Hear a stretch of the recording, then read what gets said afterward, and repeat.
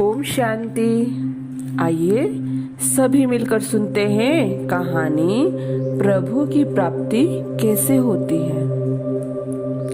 तो इस कहानी में यह बताया गया है कि जो जीव अपनी मन बुद्धि आत्मा से भगवान की शरण में आ जाते हैं और सर्वलौकिक संबंधों को छोड़ एक प्रभु की ही याद में अपना समय व्यतीत करते हैं तो वो भगवान के प्रिय बन जाते हैं। तो आइए सुनते हैं कहानी प्रभु की प्राप्ति कैसे होती है।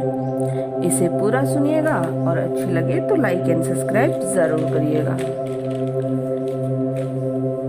एक राजा था, वह बहुत न्यायप्रिय था, प्रजावत्सल एवं धार्मिक स्वभाव का था।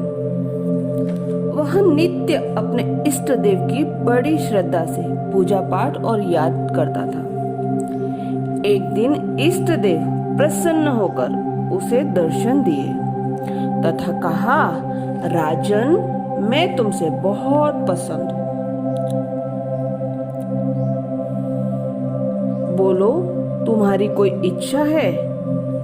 प्रजा को चाहने वाला राजा बोला, भगवान, मेरे पास आपका दिया सब कुछ है। आपकी कृपा से राज्य में सब प्रकार की सुख शांति है। फिर भी मेरी एक इच्छा है कि जैसे आपने मुझे दर्शन देकर धन्य किया है, वैसे ही मेरी सारी प्रजा को कृपा करके दर्शन दीजिए। यह तो संभव नहीं है, ऐसा कहते हुए भगवान ने राजा को समझाया, परंतु प्रजा को चाहने वाला राजा भगवान से जिद करने लगा।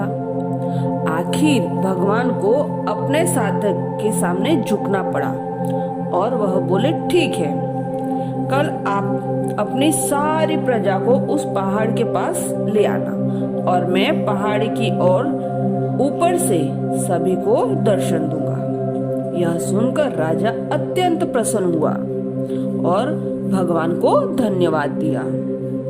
अगले दिन सारे नगर में ढिंढोरा पिटवा दिया कि कल सभी पहाड़ के नीचे मेरे साथ पहुंचे, वहां भगवान सबको दर्शन देंगे। दूसरे दिन राजा अपने समस्त प्रजा और स्वजनों के साथ लेकर पहाड़ी की ओर चलने लगा।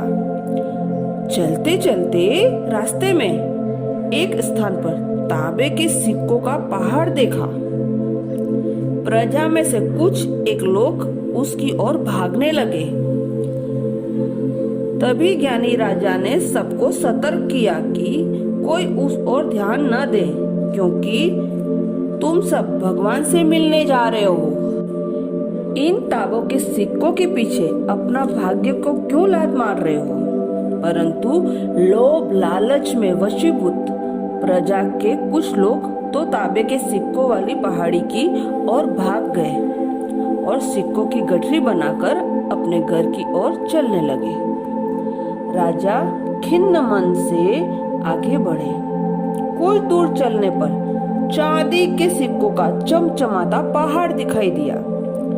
इस बार फिर बचे हुए लोग प्रजा में से कुछ और भागने लगे और चांदी के सिक्कों की गठरी बनाकर अपने घर की ओर चलने लगे। उनके मन में विचार चल रहा था, ऐसा मौका बार बार नहीं मिलता है। चांदी के इतने सारे सिक्के फिर मिले या न मिले, भगवान तो फिर मिल जाएंगे। इसी प्रकार कुछ दूर चलने पर सोने के सिक्कों का पहाड़ नजर आया। अब तो प्रजा जनों में बचे हुए सारे लोग तथा राजा के स्वजन भी उस ओर भागने लगे। वे भी दूसरों की तरह सिक्कों की गठरी पर लाद कर अपने घर की ओर चलने लगे।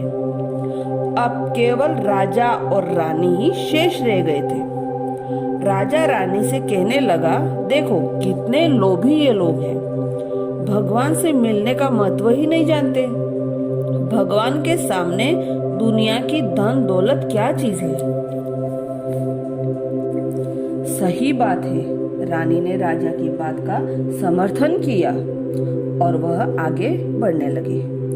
कुछ दूर चलने पर राजा और रानी के देखा कि सप्तरंगी आभा बिखेरता हीरो का पहाड़ है।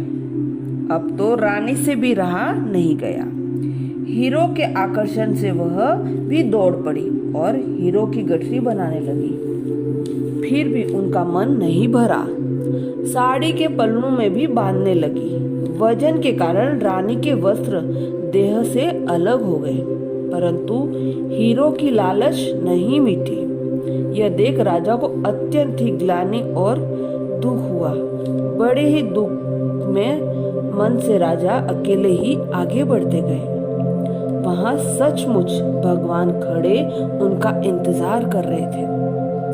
राजा को देखते ही भगवान मुस्कुराए और पूछा, कहाँ है तुम्हारी प्रजा और प्रियजन? मैं तो कब से उन सबके मिलने के लिए इंतजार कर रहा हूँ। राजा ने शर्म और आत्मग्लानि से अपना सर झुका दिया। तब भगवान ने राजा को समझाया, राजन, जो लोग अपने जीवन में भौतिक सांसारिक प्राप्ति को मुझसे अधिक मानते हैं, उन्हें मेरी प्राप्ति नहीं होती है और वह मेरे स्नेह कृपा से भी वंचित रह जाते हैं। अच्छा, ओम शांति।